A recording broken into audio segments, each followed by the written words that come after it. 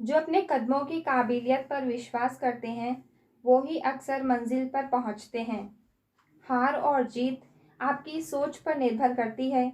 मान लो तो हार होगी और अगर ठान लो तो जीत होगी। मुश्किलों का आना as a part of life और उनसे हंसकर बाहर निकलना as a art of life.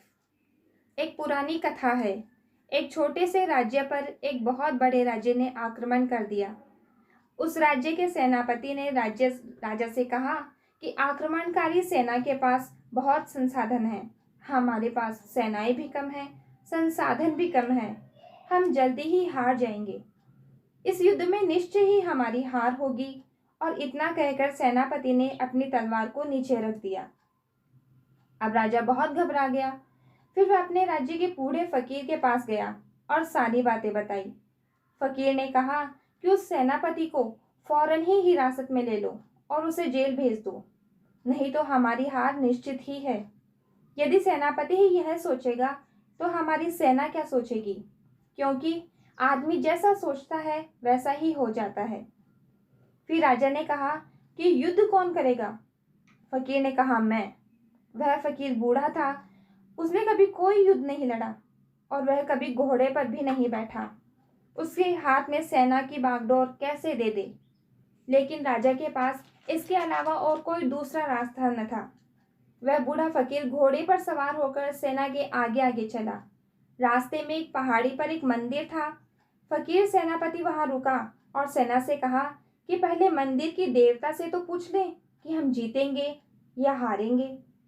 सेना हैरान होकर पूछने लगी कि देवता कैसे बताएंगे, और बताएंगे भी कैसे? उनकी भाषा हम कैसे समझेंगे? बूढ़ा फकीर बोला, ठहरो, मैंने आजीवन ही देवताओं से संवाद किया है। मैं कोई ना कोई हल अवश्य निकाल लूंगा। फिर फकीर अकेले ही पहाड़ी पर चढ़ा और कुछ देर बाद वापस लौट आया। फकीर ने सेना को संबोधित करते हुए कहा कि मंदिर के देवता ने मुझसे कहा है, यदि रात में मंदिर से रोशनी निकलेगी तो समझ लेना कि देवीय शक्ति तुम्हारे साथ है और युद्ध में अवश्य ही तुम्हारी जीत होगी। सभी सैनिक सांस रोककर सारी रात प्रतीक्षा करने लगे। रात हुई तो उस अंधेरी रात में मंदिर से प्रकाश छन छन कर आने लगा। सभी सैनिक जय घोष करने लगे और वे युद्ध स्थल की ओर कूच कर गए। 21 दिन घनघोर युद्ध चला। फिर सेना विजयी होकर लौटी।